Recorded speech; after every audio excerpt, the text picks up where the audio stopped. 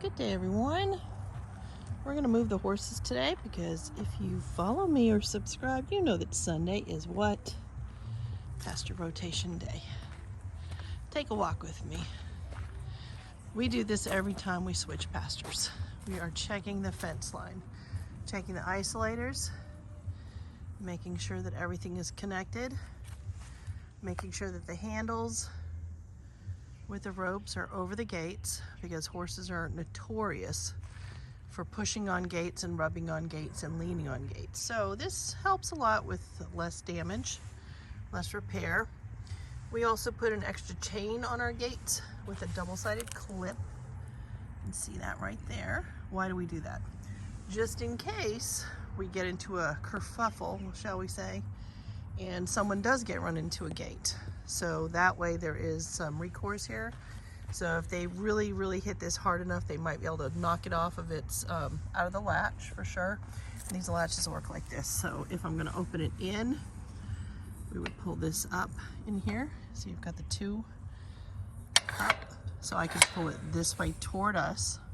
Or if I want to open it out, I would open this latch on the other side like this. And then the gate could be pushed open that way. So sometimes horses get into little arguments and they're too close to structures like gates and fence lines. Off their hinges, they can really mess a gate up. They can dent a gate. They can do a lot of things to a gate. So just in case it happens, we've got the extra chain with the double-sided clip, and that's a pretty good chain. And the husband has that in a staple. So that's connected with the staple there. And these bigger posts are very sturdy. You always want to have the big fat ones where your gates are, so that they don't come undone. So we're going to walk and make sure that all of the isolators are okay. I also like to check down below and make sure that there's no holes or ditches. Sometimes if you have, for example, ants, which we're in northeast Georgia, so we have fire ants here. Awful little critters. And sometimes they'll make an ant mound. And when they move or die, the sand that they make it with, or the ground where they make it, a lot of times it's on a structure like a post like this, and they'll leave it and abandon it, and it'll be very soft. So I always, if I find one, I'll push down on it with my foot and make sure that it's not soft, because, you know, I'm a human. I don't weigh as much as a horse does. Our horses are all stock horses. They weigh anywhere between 1,200 and 1,500 pounds. Horses will surprise you how much they weigh. Even our horse, Jaxx, he had to go to UGA several years ago. He had some lameness issues in his front right. And first thing they do if the horse is going to get admitted is they put him on this giant scale. And I looked at the scale. We're going to check this. Everything's good. I looked at the scale and I couldn't believe what I was seeing. The horse weighed, it was 1347. And Jaxx is 14 two hands. He's a smaller horse. And he weighed that. And I thought, well, am I on the scale with this horse? Why is it so high? Stood back, I wasn't on the scale. It was just him. So they are a little deceptive. Everybody always commonly says horses weigh about 1,000 pounds. Check that porcelain isolator. Everything's good. Honestly, the horses weigh quite a bit more than you would think. I think a lot of the draft horses, like the Clydesdales and the Percherons, they weigh closer to 2,000. We have a friend who has a Percheron, and he's a young Percheron. He is thick. That horse easily weighs a ton. He's enormous.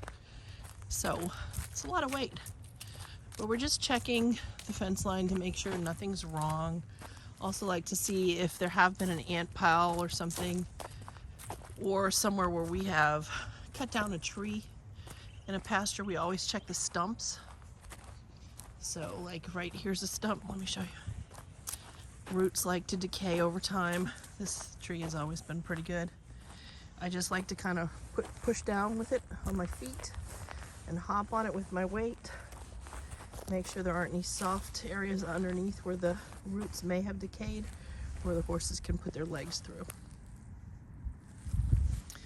And this might seem kind of boring or not interesting, but honestly, if you want to try and be proactive about your horses, you always want to check the pasture before you put them in it. pastures change a lot over time. So I will just go through the entire pasture. You don't have to go all the way with me, but I'll check every isolator, every fence post, and make sure they all look like that. And when I'm done, I will turn on the electric fence. I leave it off before I check it, just in case I have to adjust something or if I need to go get some tools and fix something. For example, if one of these is broken, sometimes we have deer that jump our fences, and they'll just get a leg caught or they'll get antlers caught, and they'll pull this whole thing out. And sometimes they break the electric fence. I can show you here where it's been attached, and we just have to repair it, sort of like this. Can you see that? There we go. It's not very good. Not very good lighting, I'm sorry. But we have to always check and see.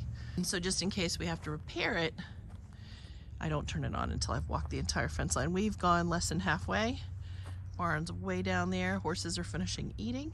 I've got hay out, if you can see. I'll zoom in a little bit. Already have the hay flakes out.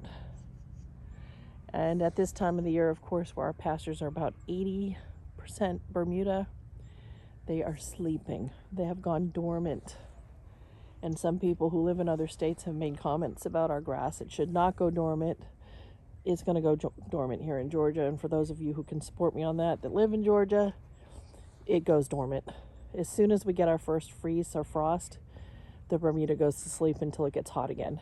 And when it wakes up, and we have more than enough grass. Sometimes we have to mow our pastures. So that's it.